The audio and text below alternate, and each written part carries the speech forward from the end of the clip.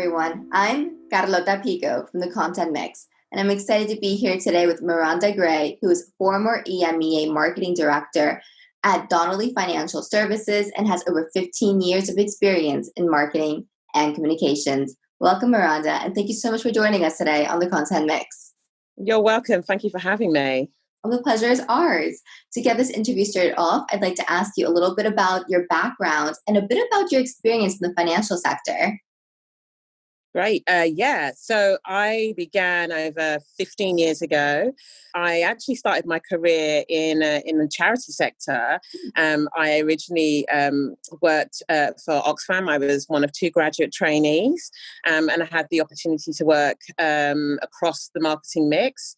I then moved to Bristol, and where one of my placements as part of the charity sector was, and I worked for a telemarketing agency focusing on Barclays. A telemarketing account, and that's when my love for it grew. And I came back to London, managed to get a role within a financial organisation, and then found my role in Barclays. And I think that's really where my career took off.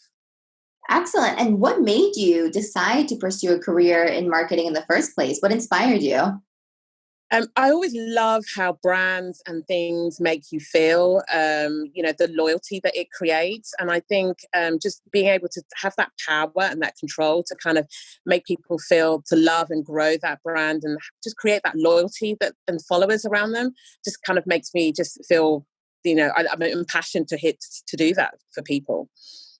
I'm very similar as well. I'm a very big people's person. And also would consider myself to be quite creative as well. So I love being able to connect both of my passions, one, the creativity side of me, and the other, the extrovert and also people side of me, and then put them together and create these beautiful campaigns. Well, hopefully beautiful campaigns, of course.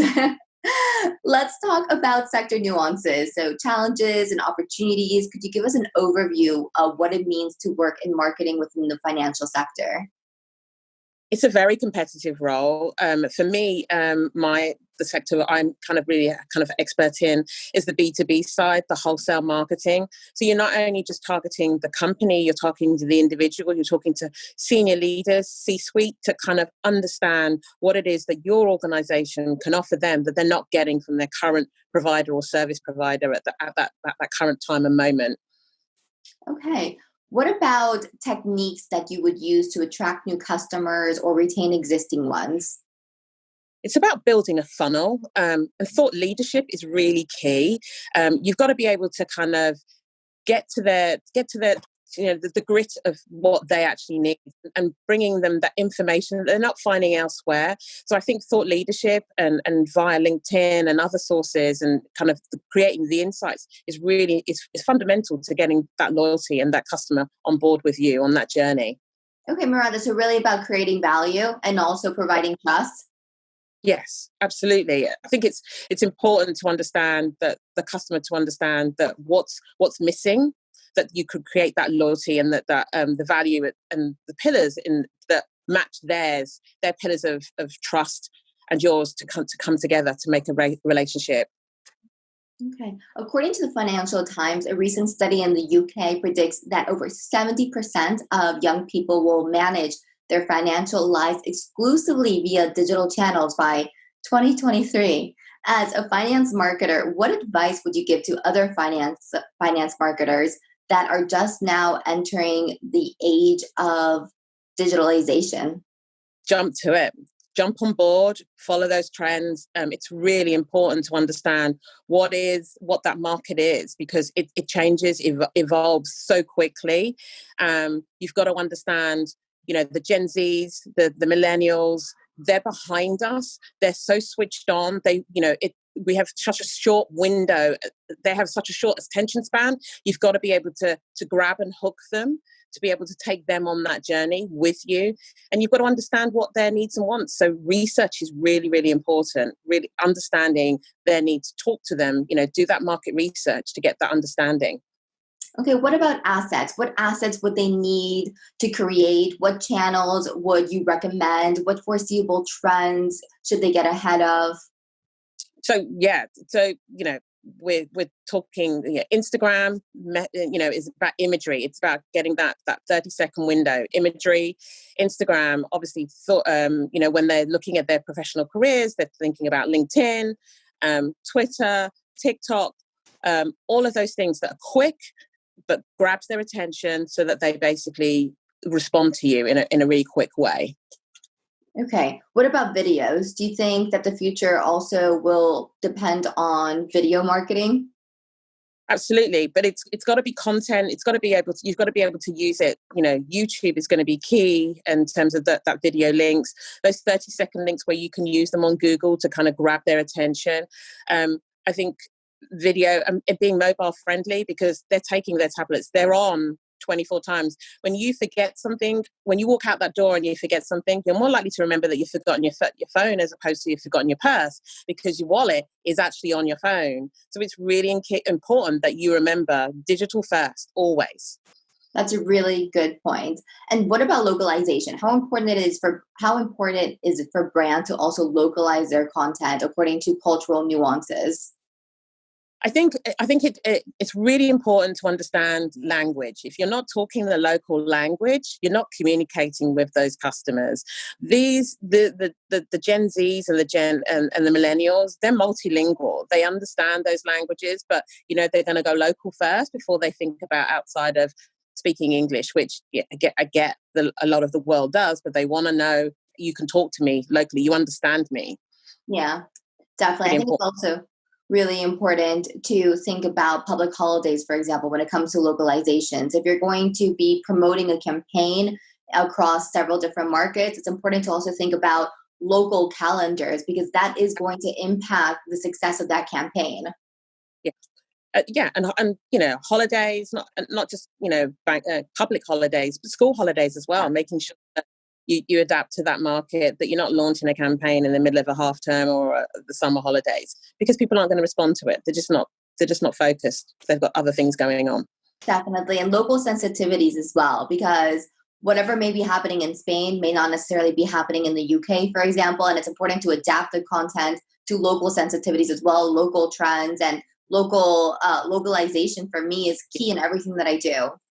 Absolutely. It's really important that you understand that local market and test that audience. Don't just do the testing in your home country. You've got to go and speak to the people on the ground. They've got to understand exactly what it is you're trying to convey for them to be able to respond to it proactively and positively. Mm-hmm. Okay, well, let's move into social media marketing. From your experience, how can financial brands use social media to connect and retain their audience's attention during these very difficult and unstable times? And what I'm meaning is COVID-19, of course. I think for one of the things I've seen, just in terms of this period of time, social media has probably grown tenfold, and getting people's attention while they're in their homes is fundamental. It's really key. You've got to be able to create really important campaigns, creative campaigns that catch their eye, that kind of make them think, I'm at home, do I need that as part of my organization? So LinkedIn, YouTube, Instagram, Twitter are really, really important in terms of getting people's attention. In a previous role that I worked in, we were testing, we found that in one of our markets, Facebook wasn't working, but what we found was that it worked for us here in the region. So that's where local nuances are really important to understand what's happening in the market. But also, if you see something that isn't reacting well, you can easily switch it up and make those changes quickly. And those changes can happen overnight, within hours, minutes. And that's the really important thing about looking at those markets, those channels that you're trying to get to kind of understand, what can I do differently to create a different reaction? Mm-hmm. Yeah, and it's also important to adapt, right? The world is constantly evolving. So as marketers, we need to evolve with the world as well. And that's why A/B testing is so important, because we need to do A/B testing in order to adapt to world changes. I mean, nobody saw COVID-19 before it actually hit us in the face, and that meant that companies and brands overnight had to quickly adapt all their marketing strategies in order to not only go online, but also to be able to connect with their local audiences and say, hey, you know what? we know that you're going through a really difficult time and we have your back because we care about you. We not only want to sell our services to you, which we understand that right now you might not be able to afford, but maybe in the future you will be able to afford those services. And regardless, we want to make sure that you have all the information within your hands to make educated decisions either now or in the future. Absolutely. It's really important to be able to kind of offer something that even if they're not ready to buy right now, they remember you in the future when they do need you. It's just creating that loyalty that, you take them on that journey, you kind of nurture them to basically be able to be a future customer. Mm-hmm. And also shows a brand's human side to be able to talk to them on the same level as their friends would talk to them, or as their mothers or as their fathers, etc. Really humanizes the brand. And I think it's really important for companies to always remember that on the other side of a screen, regardless of what field you're in, whether you're in B2C, B2B, anything, you're always talking to a human being. That final click will come from a human being. And so in order to be able to connect with that human being, you have to be able to talk to them as a human being as well.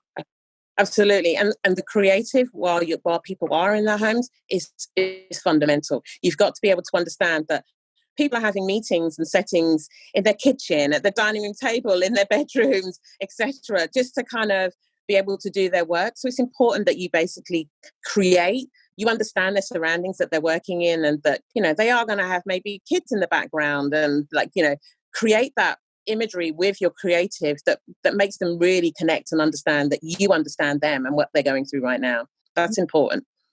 Miranda, I'd love to put some of this theory into real life examples. Could you walk us through some of the campaigns that you've led or admired? And if you've led them, how have those campaigns really exceeded your KPIs? I think one of the things we were testing was, from a localization point of view, is selling particular products online and then within particular regions. It was really important for us to understand how that would work. So we created a funnel approach. So we created the enigma of thought leadership and bringing people down that funnel of nurturing them. And it was really impressive to see how people were coming on that journey, creating that brand loyalty with us. And I think what was interesting, just doing some marketing, kind of getting people's attention, we were able to kind of increase the numbers of, leads coming into the organization by over 36% in the space of a year, which is amazing, from having doing nothing to doing something that people were like, what's going on? We just want to go on this journey, understand exactly why people are doing what they're doing. And it's of interest to them, following us, increasing those numbers in terms of followers on social media channels as well. Mm-hmm. Did you focus that campaign according to different personas as well? Yeah, absolutely. So looking at who those people we were targeting in terms of bankers, in terms of private equity firms, they had different types of messages. People in the healthcare sector, particularly, obviously, they were heavily targeted, but also being not just targeting people in the healthcare sector, those people that really needed to know the message, because everyone out there is targeting you with the same COVID message. But somebody who's in oncology does not want to know about COVID right now. They want to know that they're being cared for. People are looking after themselves from a healthcare point of view, and that, COVID isn't necessarily that message. They want to know about X to them. So it's really important that we target the right people, and that's really key to make sure that our targeting was precise. And I think definitely one of the organizations, we had a great team who looked through the data and analyzed it, never rushed it, were really focused in terms of getting the right people to create the right reaction. Mm-hmm. Marketing sometimes reminds me of acting, because lots of actors undergo these roles before actually going on set to be able to understand and walk in the shoes of the people that they're going to be acting out, right? And as marketers, it's really important for us to also walk in the shoes of our potential customers and to walk in their shoes and understand their journey, so that we can understand how they're going to engage with our content and how that content is going to lead them to that final click of purchase, right? And I think it's always fascinating, because at the end of the day, we have to know about so many different roles and so many different ways that people think and engage with content, that it's constant research every single day, and it's constantly learning about new sectors, but not only new sectors, new personas within one sector, right?